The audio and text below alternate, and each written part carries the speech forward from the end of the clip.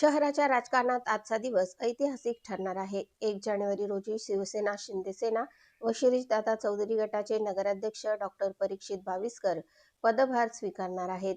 नव्या नेतृत्वाकडून नागरिकांच्या अपेक्षा अधिक वाढल्या आहेत. शहर विकास, पायाभूत सुविधा आणि सार्वजनिक कामांमध्ये गती येण्याची नागरिकांकडून आशा व्यक्त केली जात आहे. तर पक्ष कार्यकर्त्यांमध्येही उत्साहाचे वातावरण पाहायला मिळत आहे. शपथविधी सोहळ्यासाठी शहरात उत्साही वातावरण निर्माण झाले आहे. डॉक्टर बाविस्कर यांच्या कार्यकाळाकडे सर्वांचे लक्ष लागले आहे.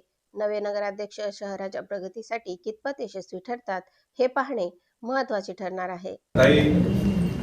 आमचे नूतन नगराध्यक्ष आदरणीय डॉक्टर परीक्षितजी बाविस्कर, आमचे गटनेते आदरणीय पंकज भाऊ, आमचे दुसरे गटनेते आदरणीय महेश बापू, उपस्थित असलेले सर्व नगरसेवक, मागील महिन्याभरापासून जी निवडणुकीची रणधुमाळी सुरू होती त्या रणधुमाळीमध्ये ज्यांच्या सिंहाचा वाटा आहे आणि अंमळनेर शहराला ज्यांनी खऱ्या अर्थाने दिशा दिली असे सर्व पत्रकार बांधवांचे आभार व आपल्याशी हितगुज करण्यासाठी आमचे सर्वांचे नेते आदरणीय शिरीषदादा चौधरी व आमच्या नेत्या ॲडव्होकेट सौ ललिताताई पाटील व आपल्या सर्वांचे प्रिय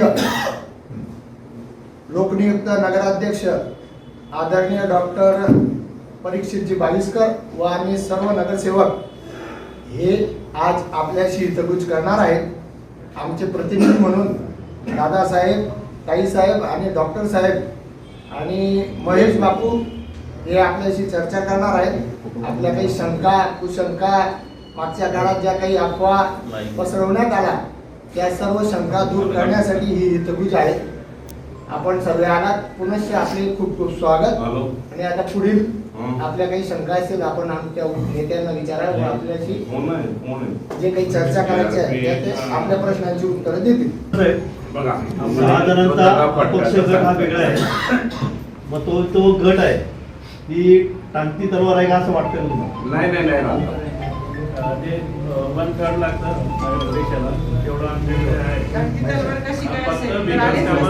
सगळे एकत्र जावं. विकास कामांसाठी आम्ही 2 गट स्थापन करण्याचं रिजन आमचं असं आहे की आमचा एक नगरसेवक वाढेल. बाकी सगळे एका विचाराने एका देशाने आणि ते समोरवाले विरोधक ते सांगतायत की आम्ही अविश्वास करू. अविश्वासला 36 लोकांपैकी आम्हाला सिद्ध करायला 9 लोक पाहिजे. आमच्याकडे ऑलरेडी 22 लोक आहेत. पक्षाच्या याच्यावर निवडलेले आम्ही 12 ते 14 लोक आहोत. तर त्यांच्या कुठल्याही आम्ही शाळा लोक बळी पडणार नाही आणि सगळे नगरसेवकांचे पण हुशार आहेत. प्रवाहाच्या विरोधात दिशेला कशाला नगरसेवक होतील, प्रवाहाच्या दिशेने चालतील. तर त्यामुळे त्यांचं आता मला तरी असं वाटतं, मला माहिती पडलं आहे की त्यांचे मिसेसचा राजीनामा घेत आहेत. कारण ज्या आमदार मंत्री असलेली व्यक्ती आहे त्यांच्या वार्डामध्ये त्यांच्या विरोधात 7 ते 8 शेतमत आहेत. तर त्यांनी तर खरोखर नैतिकता राजीनामा घ्यायला पाहिजे. काय नैतिकता आहे? तुम्ही काय केलं आहे आंबेडकरांसाठी? तुम्ही स्वतःसाठीच केलेलं आहे जे केलेलं आहे ते. मग हीच तर खंत आहे आम्हाला की विद्यमान आमदार स्वतःच्या पत्नीला काढू शकत नाही बिनविरोध किंवा प्रचंड. आता माझा जो मुलगा आहे, माझ्या नंदुरबारला पाटा पाडायला जात होते, 1850 मतांचे लीड घेऊन तो निवडून आलेला आहे. 1850 मत लीड आहे त्याला. काय फक्त वल्गना करायचं आहे म्हणून आपले जे पारवड्याचे आमदार काय सतीश अण्णा ते सांगत होते, ते चुकीचं सांगत नाही की याच्या नावात ते सीएम वर काढण्यासाठी एवढे आपले गोशाळा वगैरे आहेत यांना नगरपालिकेचं हे असतात. आपलं कोंडवाडा म्हणतो आपण. कोंडवाड्याच्या याच्या ऐवजी तिथं कोंडवाड्यामध्ये एक वेळा टाकल्यावर नगरपालिकेचे काही कर्मचारी असतील किंवा काय असतील ते दुर्लक्ष करतात. त्यामुळे आम्ही गोशाळामध्ये तिथं टाकतो आणि एक वेळा त्यांची पावती फाडून 2 वेळा फाडून 3री वेळा कधी नाही झाला त्या याच्यामध्ये आम्ही त्यांना कायमस्वरूपी गोशाळेमध्ये विजयाबद्दल तर म्हणजे पहिले समजून सांगतोय की अंबाड्या जनतेचा विजय आहे. अंबाड्याची इच्छाशक्ती होती म्हणून मी आज तुमच्यासमोर बसलेलो आहे. नाहीतर प्रांतिक बोर्ड लागले बघितले सगळे अंबाडेकरांनी त्या गोष्टी समोर अंबाडीची इच्छाशक्तीच खूप मोठी. हेच सांगतो मी, अंबाड्याचे ऋण राहून गेले माझ्यावरती, या जन्माचे तर ऋण राहून गेले माझ्यावरती. त्यांनी न काही करता बऱ्याच लोकांना भेटलो नव्हतो. मी ते सांगितलं दादा आपण थोडंसं त्यांच्या वैयक्तिकारणामुळे ताई आम्ही फिरायचो, त्याला सभा घ्यायचो.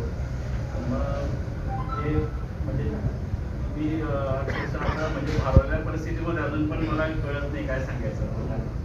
आणि त्या विजनेच आम्ही पुढची म्हणजे फिक्स आहे, डोक्यात फिक्स आहे काय करायचं काय नाही करायचं.